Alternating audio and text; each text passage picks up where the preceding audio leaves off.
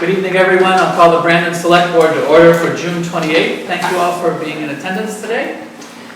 First item is to adopt the agenda. Is there a motion regarding the agenda? Motion to approve. Is there a second?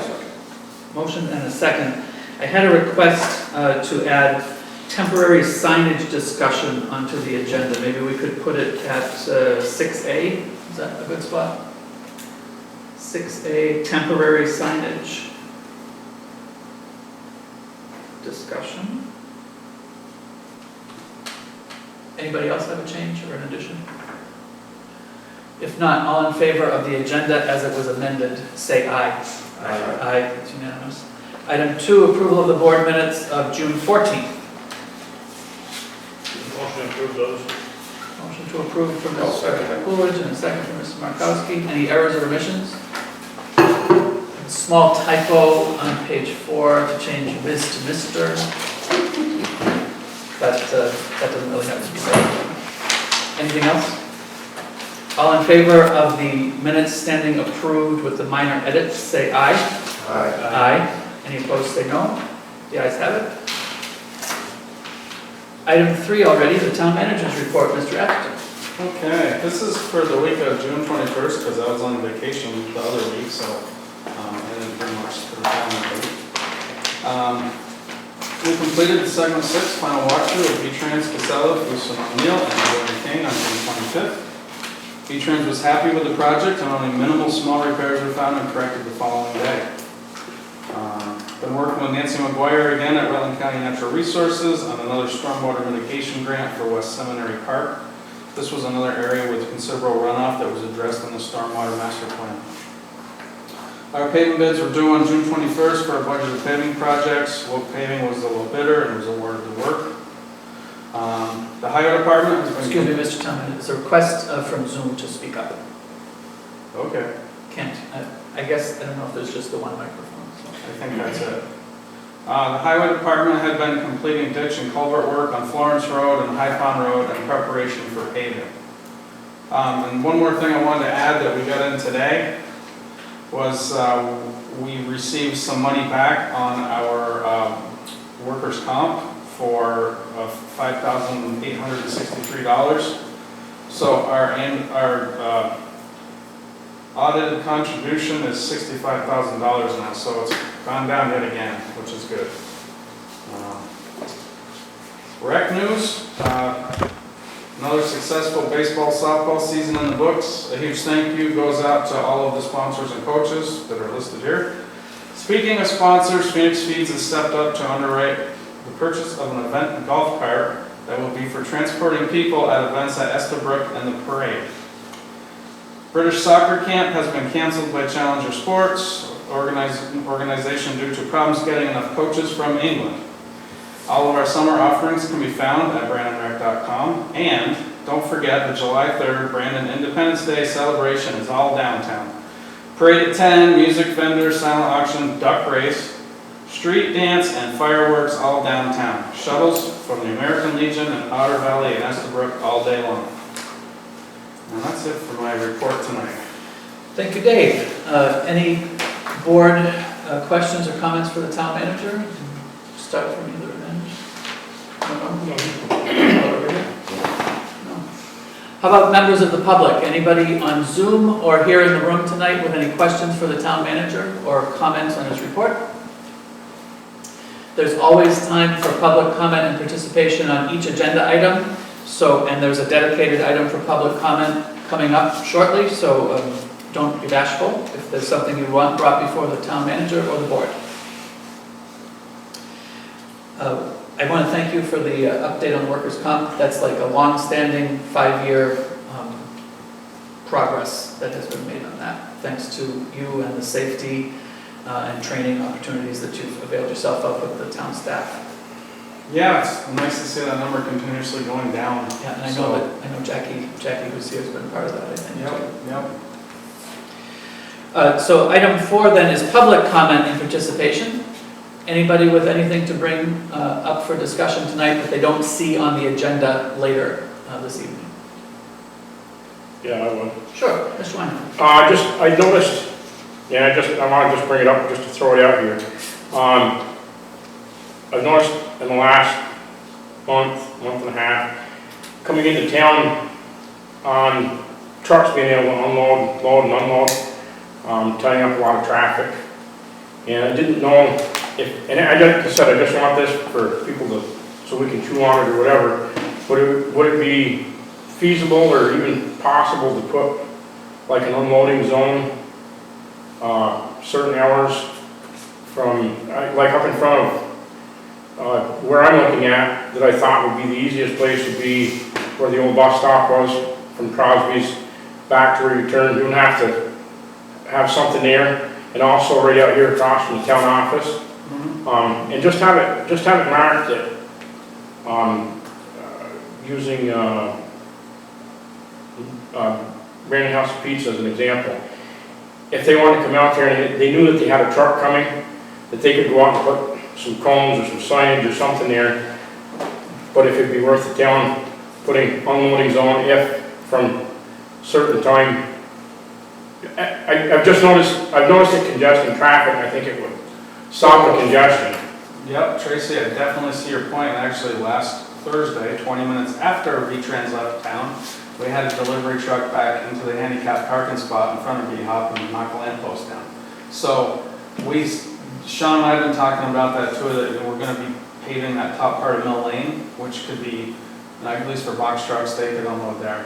But up, like in front of the old bus stop would be a really good spot to look at to do that. So yeah, we'll certainly see what we can do about it, because it is causing trouble downtown, and as you see, we're busier again. And that's what's brought it on, is since everybody's gotten busier and everything. Yeah. That's since I've noticed it. I didn't notice as much during the pandemic, but here now that we're stepping our way out of it, I've noticed that things getting bottled up a little bit more because of. Yeah, and we're seeing larger trucks delivering too. It used to just be the the regular box trucks, but now even like the soda and beer people are using more of those the bigger trucks. So. That's all I had. So that'll be something that you'll look into with maybe the police chief and the highway superintendent and come up with some ideas, maybe economic development. Could be part of that mix, right? Maybe. Yes, ma'am.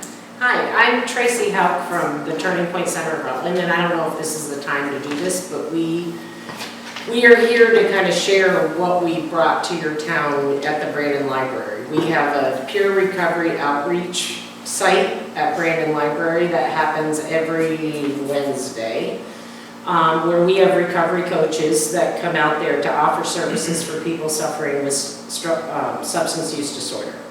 Our services are free. It's not clinical. We're just trying to spread the word where, the pandemic has not helped this situation any. We are people in recovery. We have some brochures about our centers, how to get in touch with us, some flyers about that, and we just wanted to kind of present it to anybody we could to help spread the word. Well, thank you. I know the town clerk is often a resource for those kinds of things, and she kind of becomes like the information officer for many people who are, they just kind of come to the town clerk and say, how do I do this, or where can I find that? So maybe that would be a good place to distribute some of the literature. We've already been there. You've been there? Yep, okay. We're just trying to tap into every resource to spread the word among everybody. And we provide support for family members too. So if somebody has somebody that's still struggling, they can come and talk to us. We can help them with it. We can help with referrals to get people on medicated assisted treatment into rehab, and just do the support along the way. And so is it you said Wednesdays at the library, is it just kind of like a drop-in basis? Is there someone there and someone else? Yep, there's 2 coaches that are there. They've kind of made their way walking around the community, introducing and putting up flyers, just getting the word out. Well, that's great. Well, thank you for bringing that to us. And I was going to say, go ahead, Bill. Yeah. I'm Bill. I think we met last week. I'm a rec director, and I'd be more than happy to share any information, Facebook posts, that sort of thing. Our Fans of Brandon Recreation Facebook page is pretty wild. We've got a fantastic promoter and assistant to the rec director, Colin Wright, who can get information out there. I'd love to. As somebody who is also in recovery, I completely and utterly support what you guys do, so please let me know if you if would there's like something I can do. any of these flyers and stuff, we can gladly give them to you tonight. Please do. All right, thank you. Great, thank you. Yeah, thanks, Bill, for being willing to be part of spreading the word about that resource. And thank you for what you're doing. Thank you.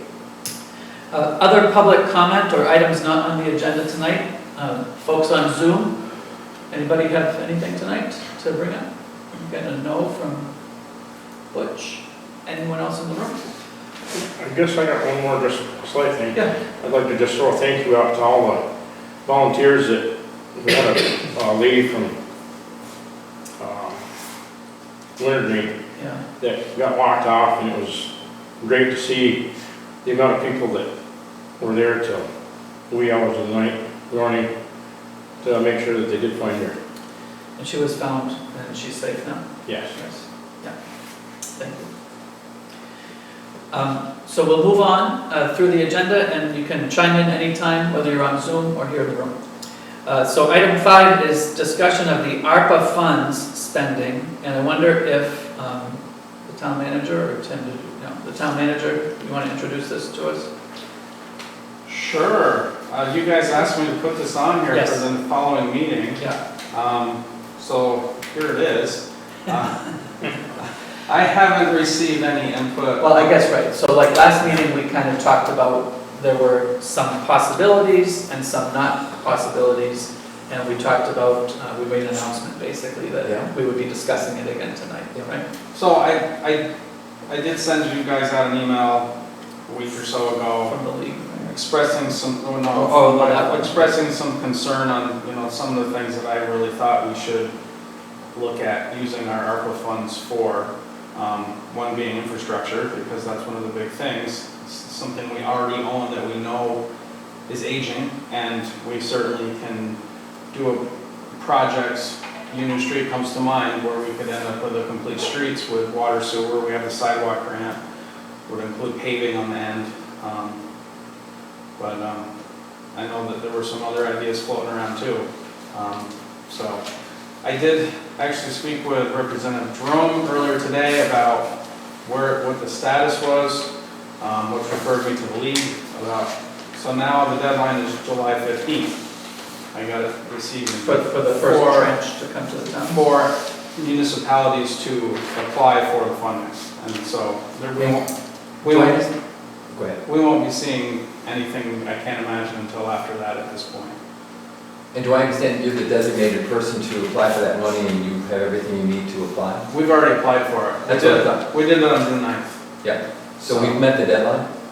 Oh, and then some. Yeah. Well, they keep moving it, so, yeah, we've met it like 3 times.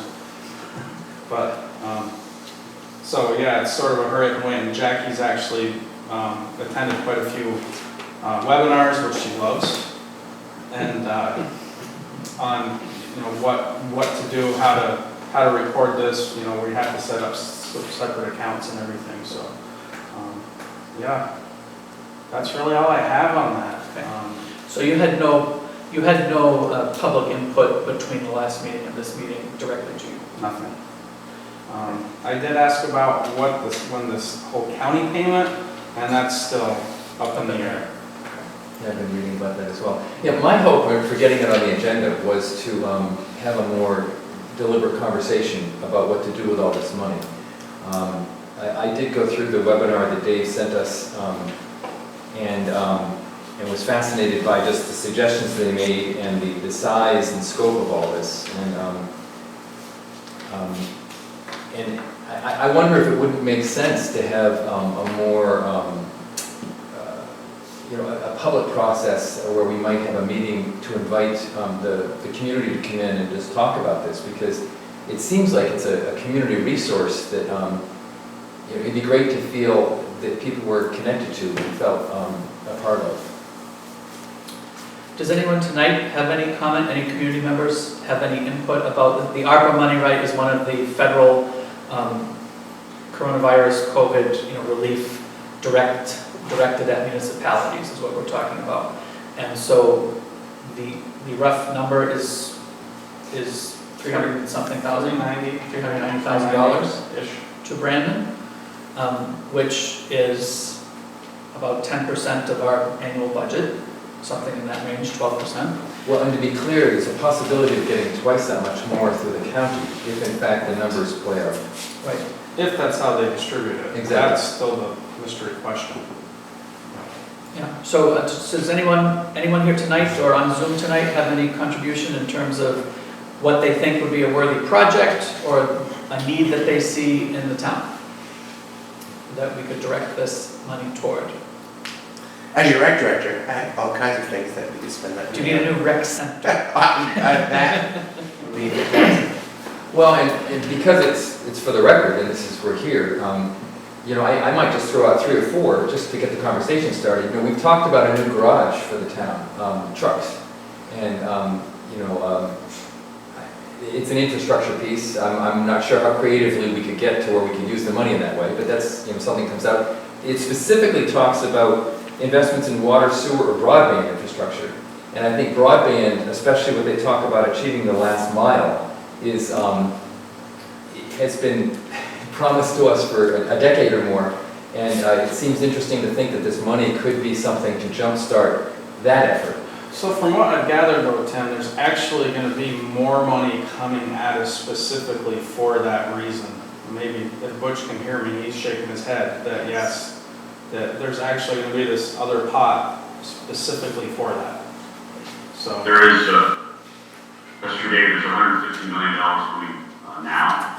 And then the next bill that Congress has tentatively agreed on, there'll be more broadband money in that. So the $150 million that state's Paris House require, most of that's direct CUDs, get them kickstarted and get the process started towards the local communities moving forward. And Bill may have a little more information on that by now. Bill, as the chair of the Otter Creek Communications Union District, or Union Communications District, do you have any further info about broadband build out and the last mile and so forth? So there's no. I mean, a yes and no. I mean, there's money that's being released.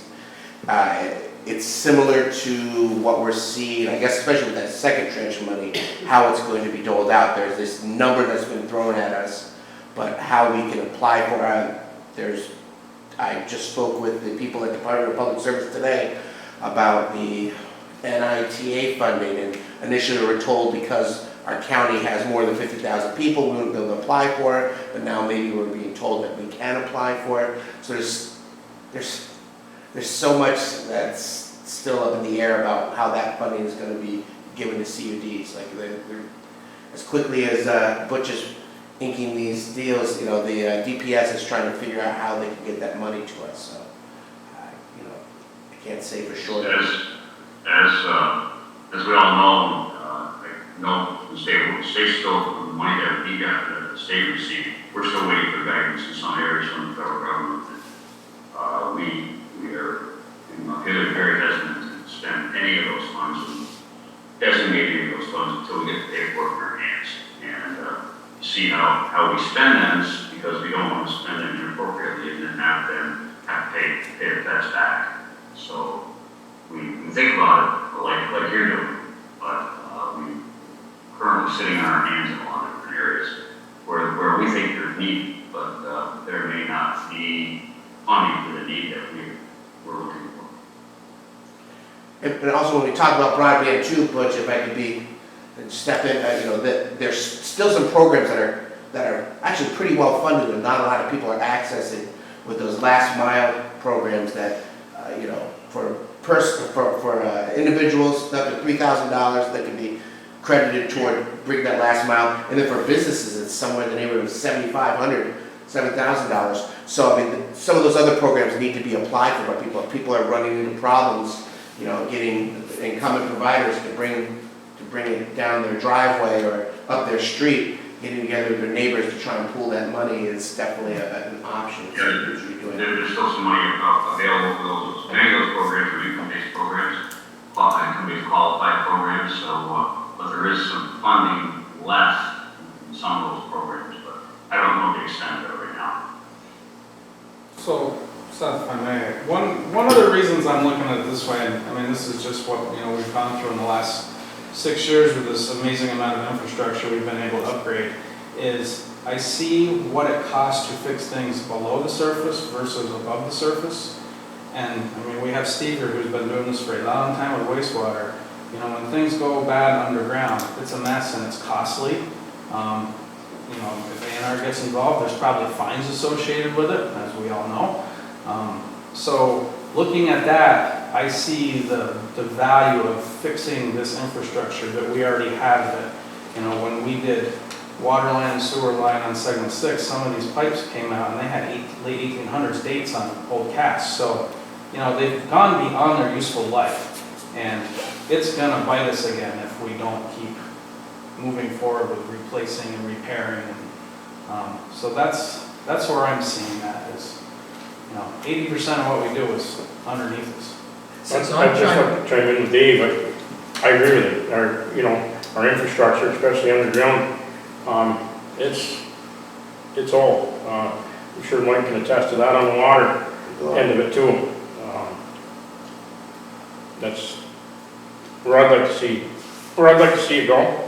well, I'm trying to make sense of where it says here framework to assess eligibility, and it says we're supposed to identify harmful effect of COVID-19 activity that it will address, assess the causal and compounding connection, assess for disproportionate impact on distressed sectors of the populations, and then determine how to prove the expense produces the expected outcome. I mean, how does water infrastructure relate to COVID effects? And I wasn't, all I was talking about when I said water, because we don't have anything to do with the water. But I'm sure that Mike, with the water district, they have the same issues with the pipes as old as they are and everything. And the sewer line, that's what I was getting at, I guess. I'm certainly not opposed to, to doing some water projects. I'm just trying to figure out how to, get this ARPA money to the largest portion of our community in a way that actually, moves us all forward in the sense that I think that it was intended, which is supposed to be spurring economic growth as a result of the damage that the COVID pandemic, did to our community.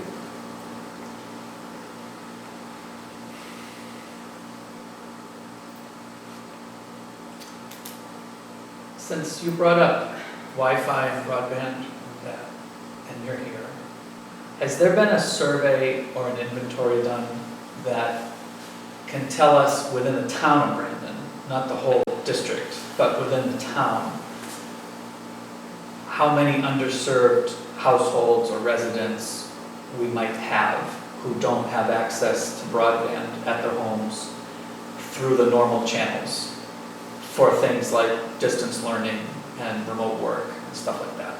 Do we know that? No, yes, what we have is a self-reporting feature with the Communication Union District. There's a tool on there for people to report that they don't have service or that they're underserved or who they're being served by. And then you have the incumbent providers that have their customer list and they have their map of where everything is that they own. But there's no one place to say, like, you can look at a map and say, these 20 people don't have service, these people have an incumbent provider, these people. So there's no real central repository that has every single address, whether it's connected or not, that I have access to. But you're saying that most of what I'm talking about in terms of the information is actually out there, but we could maybe collate, like Comcast does these streets and Consolidated does those streets, and here's a pocket where nobody gets anything? Like, is that a reasonable thing we could do as a project? It seems reasonable on its face. Yeah. Whether or not the incumbent providers will share all of that data with you is another thing. I wonder if we could just do an informal survey by putting something in the newspaper and saying, hey, let us know if you don't have good internet. And I would encourage you to do that. When we launched it, we used COVID money from the, what was the first one? CARES, thank you, from the CARES Act to create this self-reporting tool that's available online, ironically enough. But if you can get to a library or call it, you can pin yourself on a map, put your address in, talk about what your internet speeds are, And I would encourage people to check that at occud.org. If you wanted to spend time encouraging people to do some self-reporting. Well, I guess another thing, I don't understand how that would affect everybody too, because I live 4.5 miles from here in Stillman Town, and my internet's fine, my Wi-Fi's fine. You know, that would certainly, there'd be a huge void there too that wouldn't get a benefit from this, so. And I look at too, us providing internet services, that's kind of a whole new business for us that, you know, then how do we get it there? We don't own utility poles, we would have to lease space from Green Mountain Power or Consolidated, whoever, I think they might all be Green Mountain Powers now. But there's a lot to that.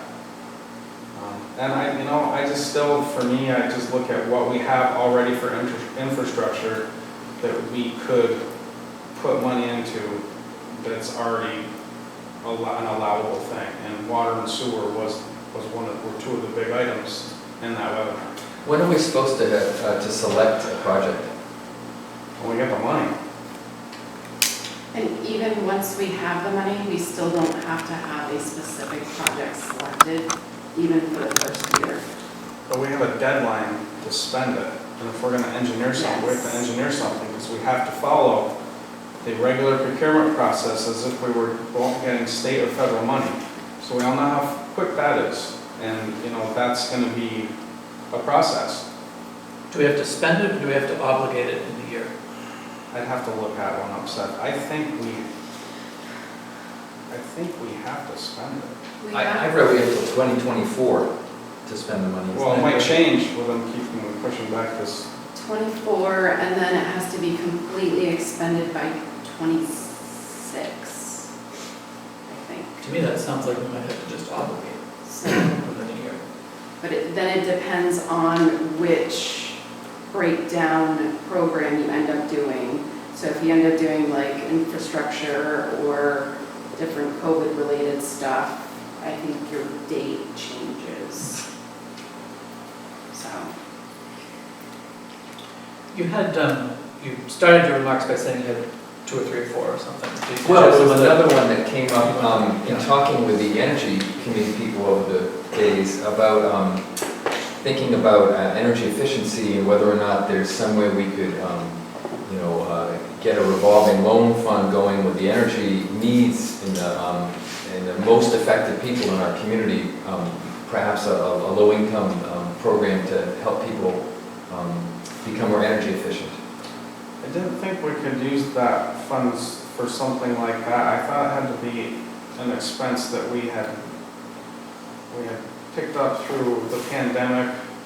I know there was something in there, I'd have to look back at the notes. There was something in there about like affordable housing. Yeah. But I don't remember anything about. I mean, it seemed what they emphasized throughout this webinar thing that I saw the handouts for that you sent us is just the creativity to connect the needs from the COVID pandemic to an infrastructure project, and housing is one of them, low-income housing.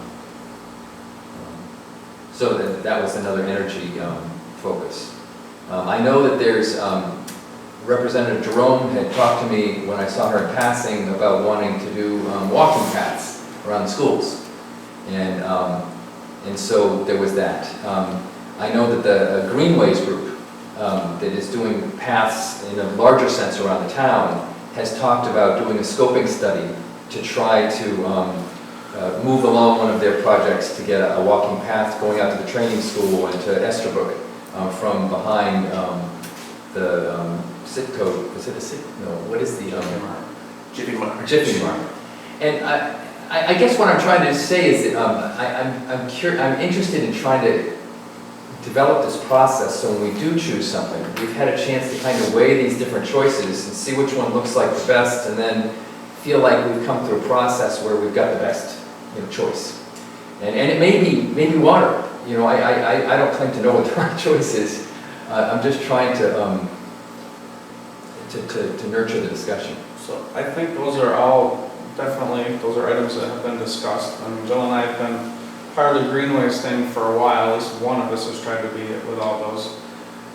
I think there's a few hurdles they gotta jump over before they're ready for a scope and, study, and there are grant funds out there to do that. But that's not a problem. I mean, those are pretty annual grants that we can, apply for pretty quickly.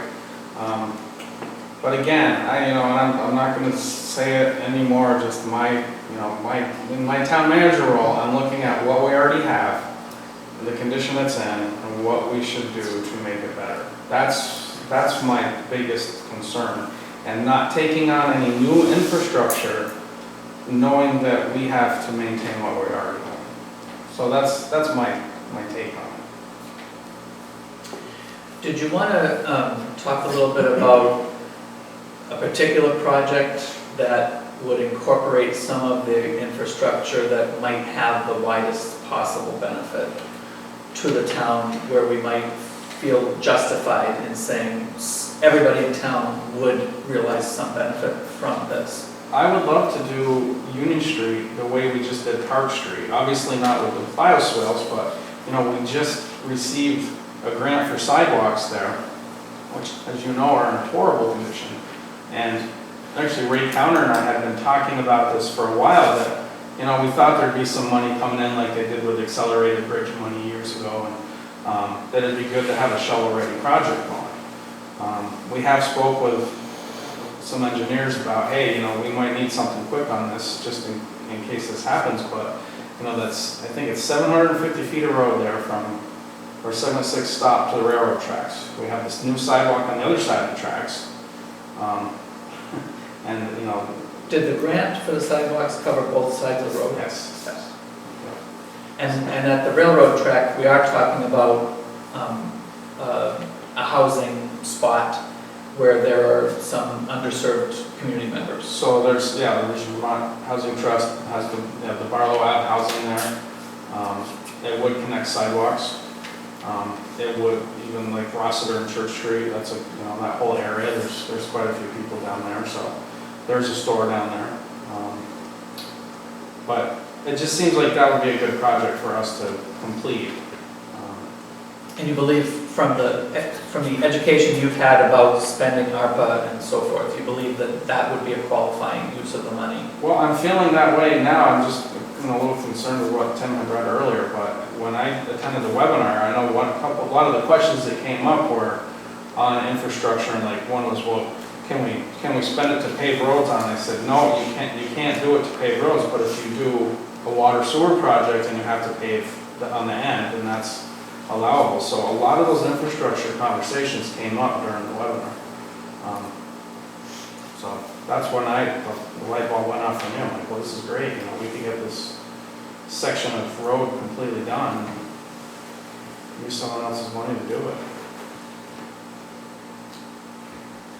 Since I took a couple of notes, I just want to make one more quick pass by this. One of the things that the planning framework in that webinar sheets we put out talked about was investing for long-term recovery. And they say, prioritize short-term investments with lasting benefits. And that's one of those where I think, again, of how internet is a short-term investment. In other words, you buy the infrastructure and it has a long-term benefit to the community. Address pre-COVID inhibitors to growth. And when I think about the small businesses and people trying to work from home, and the whole idea of trying to build internet strength and resilience and speed, for that matter, because even people that might have internet could use better internet. And then, move quickly to stimulate a faster recovery, because it seems like part of what this ARPA money is for was meant to spur the economy and get it moving. And I just feel like, I'll say for the last time, because you've heard me say it enough today, that the internet is an economic stimulant for our whole community, for people that work from home, the people that learn from home, and the businesses. That's my last pitch. Thank you. Do we have anecdotal reports of what spots in Brandon might not have, Yes. like, enough internet to do distance learning and distance work? Absolutely. So, just off the top of your head, forgive me, public, or anybody else that's out there, if I forgive your neighborhood, but we're looking at the back side of Sudbury. So, High Pond, that area, along as you head down towards Florence, all that area, they're tragically underserved, critically underserved. As you head east into Brandon, you get to eastern Brandon, you start going up the hill by Churchill House, Wagner Road, in that area, there's not much in the way of internet there. I don't think that they have Comcast at the bottom of the hill by the Churchill House. They reached out to us early on in the pandemic looking for internet access there. And I do know that, again, there's all these other little pockets. The northeast corner, southwest corner, Yes. appear to be Appear to be underserved. I mean, like, we're talking about Brandon. Arnold District Road, good internet? Terrible. Terrible. Internet on Arnold District Road is provided by the phone company, and it was 5 megabits per second, which isn't enough to stream a movie. So by paying the phone company a little bit more, no, a good bit more, I've moved it up to 15 megabits per second. So the definition is what is good internet. Well, they define good internet as 100 megabits up and down. That I don't get. Exactly. I don't come close. And that's the DVDs, I don't have to stream a movie. Yeah. So it is my understanding too that Consolidated Communications is the phone provider for the majority of Brandon, is investing a significant amount of money in the Communications Union District, and specifically that Brandon is being targeted for fiber in the fourth quarter of this year. That's sort of out there in the public. So, and whether that's along these same lines where Jeff is getting telephone service, or whether it's through the heart of Brandon, that's up to Consolidated about where that's going to fall. But, I mean, if we're talking about the possibility of providing line extensions, I think that at the very least it might be prudent to wait to find out what this is going to provide. Well, wait or coordinate, because I mean, here they talk about leveraging by coordinating with other partners and programs, and it seems like it might be a great symbiosis. So the Communications Union District has signed a non-disclosure agreement with Consolidated, so we have some latitude to work with them on some projects, possibly collaborating on projects. And we also have another NDA with Waitsfield Valley Telecom. I mean, as a Communications Union District, we're not looking to become an ISP if we don't have to, because there's a lot of issues wrought with becoming an ISP, customer service being one of them. I just don't think that we would have finding the techs to be able to do that kind of work, whereas an incumbent provider has a lot of this built-in infrastructure or training programs for people. So, the Communication Union Districts are different. We're certainly different than we are in the Northeast Kingdom, and we're fairly urban relative to the Northeast Kingdom, so it might behoove them to become an ISP because they don't have an incumbent provider necessarily to work with. So, sorry, Bill. Great conversation. When we met with, and I remember us with Stephanie Jerome too in Montclair, when we met with someone from Department of Public Service, and I was just trying to look it up on my phone, will not let me open the map. You need better. Crappy. No, it's because I'm trying to do like a web page on it, and it's moving things. There is an interactive map, and I know I can't remember the gentleman's name that we spoke with, but he had a bunch of them that showed who was providing what where. So maybe Stephanie remembers that, if she can hear me. Yeah, I Okay. do. It was Rob Fish. Rob Fish, yeah. And I have a meeting with Rob Fish tomorrow at 8 o'clock, like Thursday 8 o'clock, to speak with him. We email. We have cell phone numbers even. We text each other once in a I while. might have them in an email somewhere, but I know there were a bunch of maps that, and when I was in Montclair with Stephanie, and we met with him, same thing. He had all kinds of data on what was where and here and there, and so with service. Dave, I'm sorry, can I interrupt? Sure. I think the maps were great a year ago, and I'm sure they've been updated since then. So I think Rob Fish could provide even more updated maps for the select board. Okay. Thanks. And I can try to find one. I can try to send them to you. So, in terms of the process and the ARPA funds spending and so forth, I'm feeling like we did announce it. I don't think we've had a lot of uptake on public contribution. I think it would be good if we, maybe ask the Brandon Rec, fans of Brandon Rec page to say, hey, if anybody out in Brandon Rec world has an idea, maybe they could toss it their way through you to the town manager and the board. I'm not Maybe sure. the reporter could put something in. Perhaps the Herald is here, the reporter is here. I'm not so sure that a public meeting is a good use of, or a good way to solicit more input. Maybe we should have a front porch forum thing and things like I that. suggest a float in the parade. Float in a parade, there you go, the art Yes, float. yeah, that's right. And shall we set just our own deadline for when we decide? I mean, would it make sense to come up with an endpoint so we understand that's when we choose our project or something? Yeah, I think the sooner the better, so we're ready to go. I don't want to be too arbitrary on just like picking a date on a calendar. It sounds like Dave has some infrastructure things in mind. It sounds like we've got some possibilities, maybe we're going to discuss a little bit further on the next agenda item. I think we sort of did. Oh, yeah, I think we kind of morphed the two together. And we kind of did, yeah. So I don't think from what Jackie said, look, we're not like, we don't have to decide to spend this by Labor Day or anything like this. I mean, we can be thoughtful about it. Right, it would just be nice to get the ball rolling. I get that, I mean, yeah. you know how I get much time is spent even in just preparation for projects, so historic preservation review, Sure, yeah. all that fun stuff, so. Do you want to, if you want to set a date, I mean, we can talk about a date.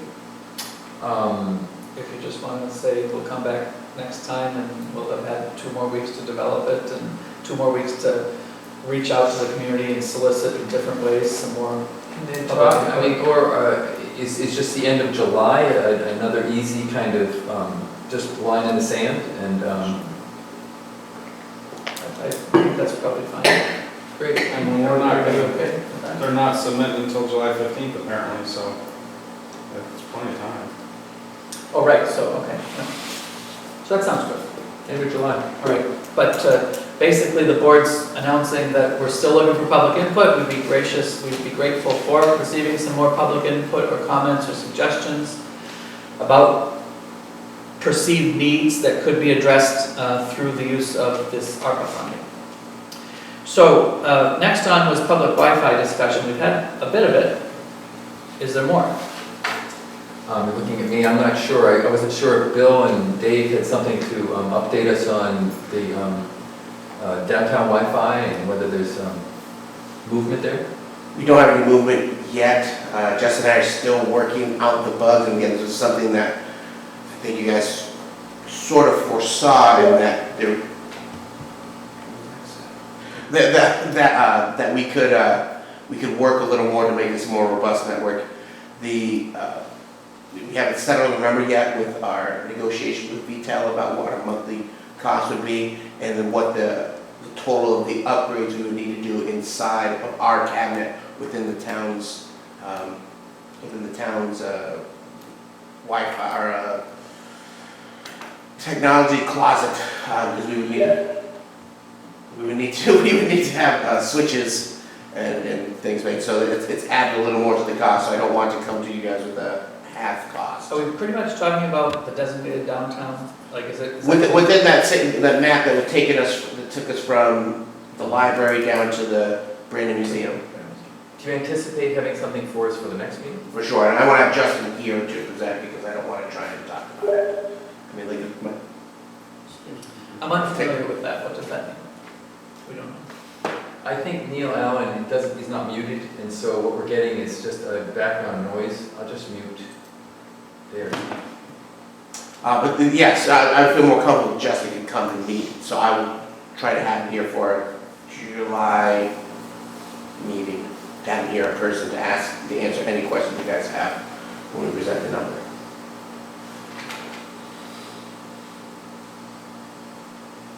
Sound okay?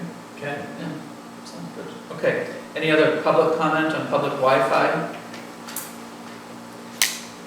Something we've talked about a few meetings, we'll talk about again next time with the representative from the firm who might be doing the hardware end of it, right? Yes, and some of the back end stuff for it as well.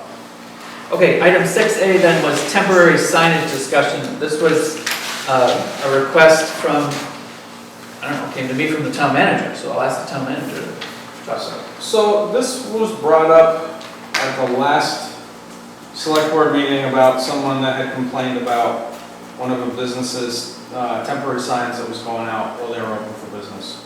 And so I spoke to Jeff about it, and he has actually talked to that business owner too, but it brought up a bunch of other issues that I saw along the way.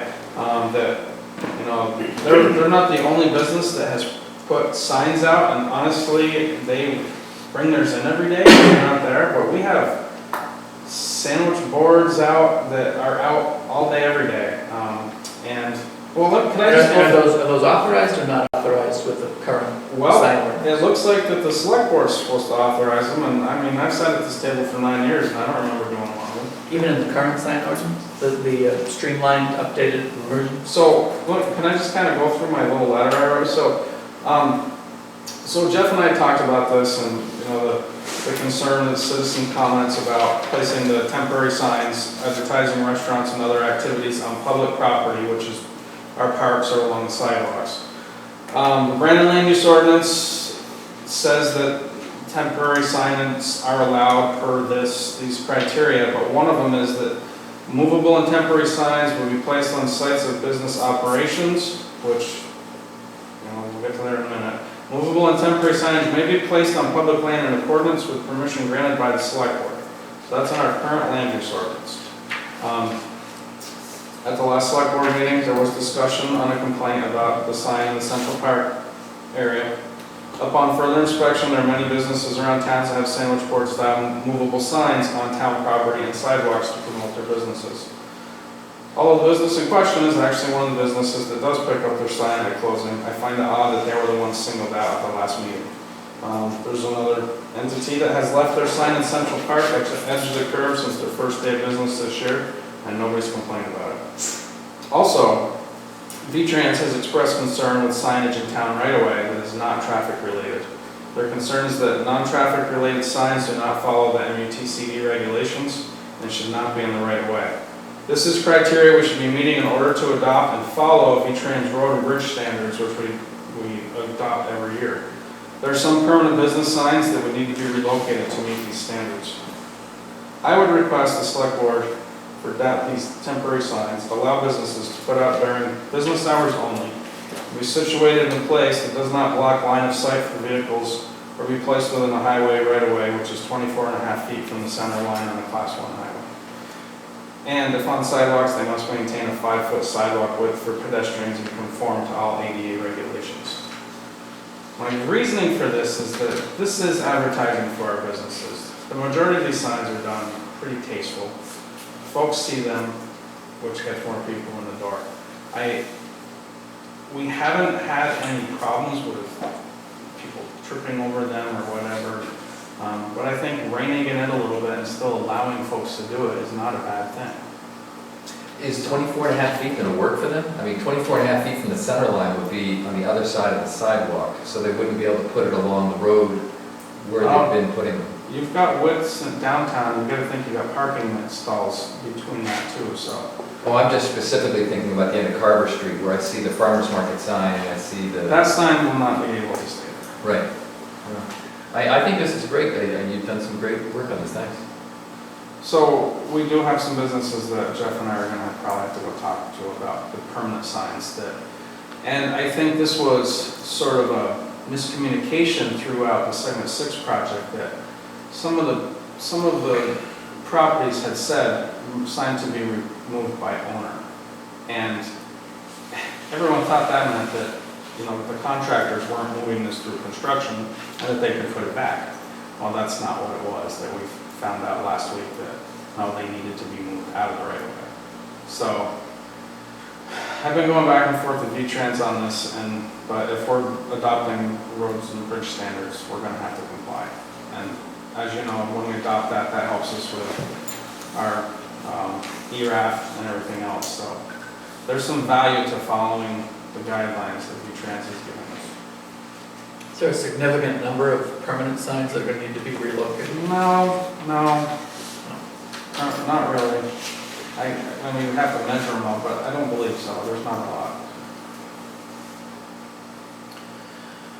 So there's a recommendation from the town manager that the board allows, which will take a vote, temporary signs for businesses to be put up during business hours only and be situated in a place that does not block the line of sight for vehicles and not be placed within the highway right-of-way, which is 24.5 feet from the center line. And if on the sidewalks, they must maintain a 5-foot sidewalk width for pedestrians and conform to ADA regulations. What's the pleasure of the board? I'd make a motion to approve it. Yeah, second. It's a motion and a second, it's a discussion. So I think that this is going to cover it because this does give the select board the authority to make this decision. It's not a blue change, so I don't believe that we would have to follow any public. So what you're saying prior is, to. like, we're just interpreting the blue O so that instead of on a per case basis, we're making a standard that you can apply to every case. Similar to what we did with the banners. You know, when you asked about temporary signage discussion, I thought you were going to talk about that. I thought we were talking about Those the are done. temporary banners. They're done as of, Do the business owners know that? Jeff has been sending letters out to them, and him and I did discuss this last We week. should maybe announce Yeah. that, so the temporary business awareness banners that were put up during the Segment 6 project, now that Segment 6 has been completed and signed off on, those do need to come down off of the businesses that have been sporting those for the last 2-3 years. I think there's only 2 left, I remember 2. so most of them flew away. I think those were good visibility. Yeah, But we've got to get back to the, that was the intention all along, was that the select board wanted to relax the sign ordinance and give as much opportunity for visibility to the local businesses as we could during the construction.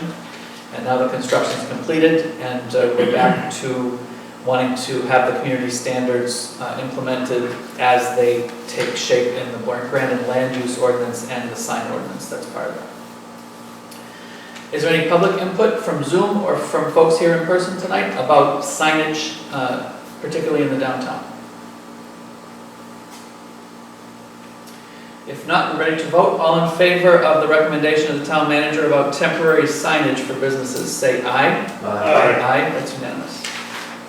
Thank you, Mr. Town Manager. Item 7 are the annual appointments, and there's a memo from Mrs. Smith at the town office. Dave, do you want to just read these out to us? Sure. I mean, we generally would take them as a class, but we could announce them. You could announce them, please. You want me to just read down the list? Sure. I'm not reading more tonight, I guess. Jim Emerson has volunteered to fill a vacancy on the Energy Committee. He is here tonight. Oh, very good. Thank you, Mr. Emerson. And he had a good explanation in his email too. Town Health Officer, the state has contacted us. Tom's term is up and he is ready for another 3-year term. I was the deputy and I really don't want to do it again, so. So are we looking for a deputy? You'd be looking for a deputy. So there's an opportunity to serve as the deputy town health officer. Anyone is interested, they could let the town manager know. Development Review Board, there's a 3-year term and Bob Clark's term. Planning Commission, we had 3 3-year terms with Ralph Ethier, Bob Foley, and Allison Walter. Revolving Loan Fund Committee, 3-year term, Frank Spinazzo, Tom Whitaker, and Jack Schneider as the alternate. Rutland Regional Transportation Council rep, 1 year is myself. And same with Regional Planning Commission, 1 year would be me. And are we seeking the alternate positions also, or no? We could. If someone wants to be the alternate, there's... So there are positions, there are opportunities to serve as the alternate commissioner for the Rutland Regional Planning Commission and for the Rutland Region Transportation Advisory Council. Thank you very much. Thanks to all who are willing to serve. What's the pleasure of the board?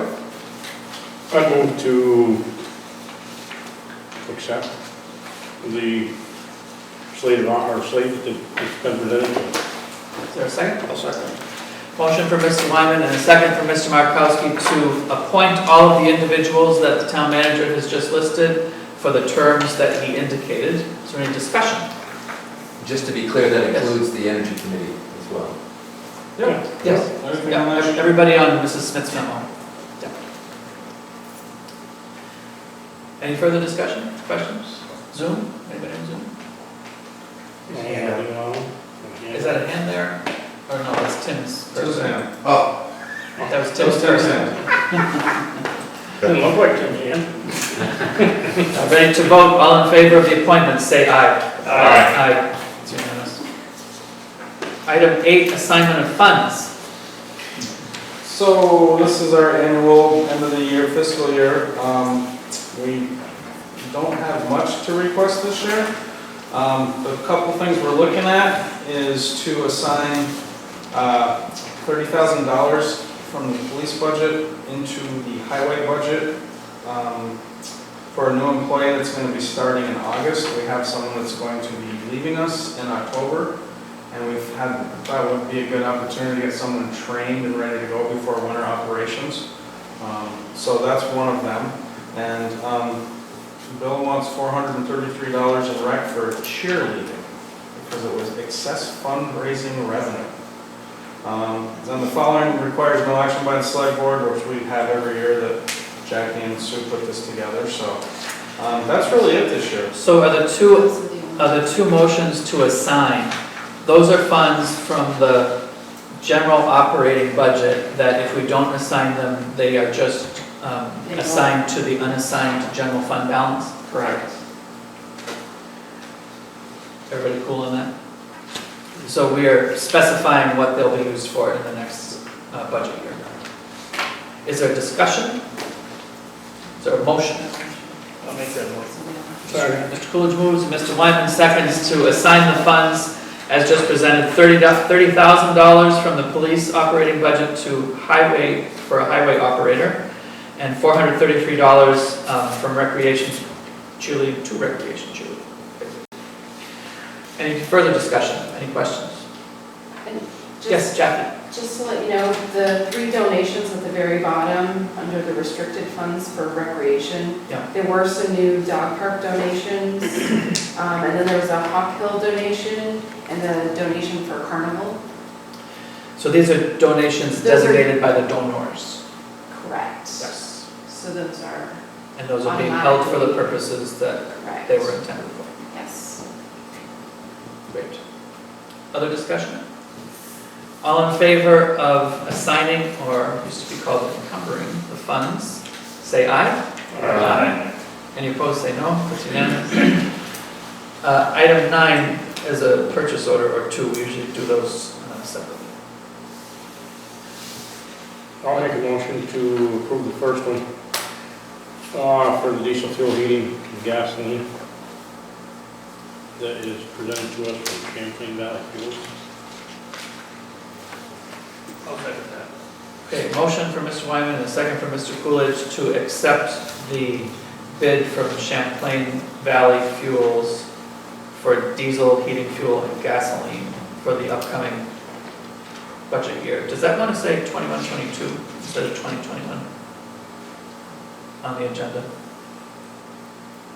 Yeah, it should say 21-22. All right, we'll take those as being 21-22. So as you can see, fuel prices have gone up. Fuel prices did go We up. are actually looking at, just to let you know, I was hoping to have this before this meeting, but other things got in the way. We might be swapping fuel vendors and go back to having gas cards. It's like a fleet card system. So Jackie's looking into that right now, just because it's not really saving us much anymore. And I don't know if Champlain Valley is really going to be all that upset if we don't buy gas for the vehicles anymore. But we've got to do this to get through. So you're talking about going away from the system where we have a tank at the highway and keep track of it by vehicle or whatever? It'll be easier to track. Okay. And it's not saving us that much anymore, so. It's just, I know on ours, it's a convenience more than anything. Okay. We'd still do diesel and stuff, but just not gasoline.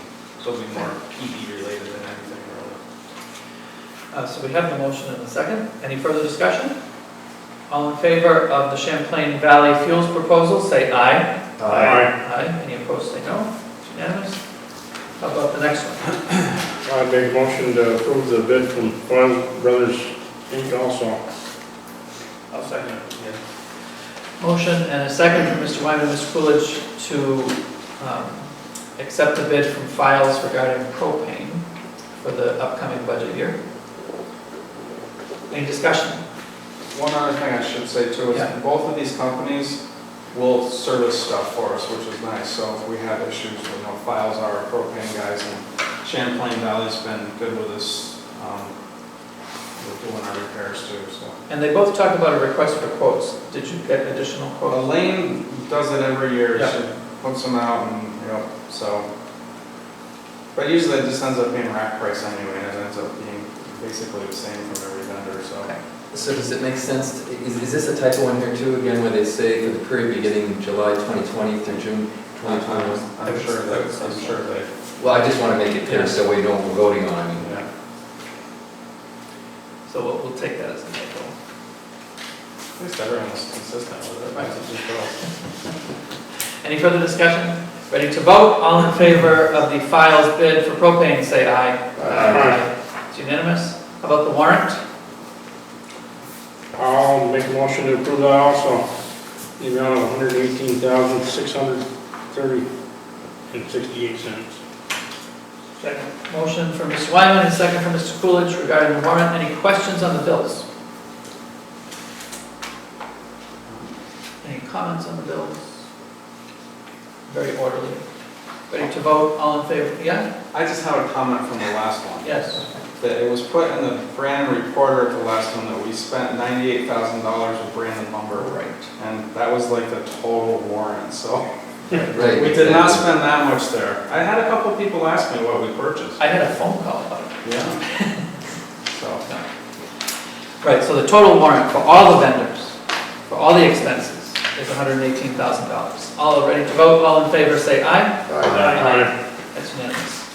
Okay, so we have an executive session on the agenda, and what we generally do is recess the select board to do the sewer commissioners meeting and then do the executive session later. So this is kind of like the announcement time. Any suggestions for the good of the community or announcements? Mr. Moore has already announced the Independence Day festivities on July 3rd. Yeah, make sure everyone knows. Yes, Everything is downtown. everything is downtown. Parade is at 10 a.m. Parade is at 10 a.m. I think the streets close down at 9:45, so get here before then. Plan to stay all day, because we have music, and food, and duck races. Fireworks are downtown, not out of town, downtown. Excellent. And the dance, downtown. Downtown, like the song says. Very good. Other announcements or suggestions for the good of the community? If not, thank you all very much for attending, and I will recess the select board at 8:03.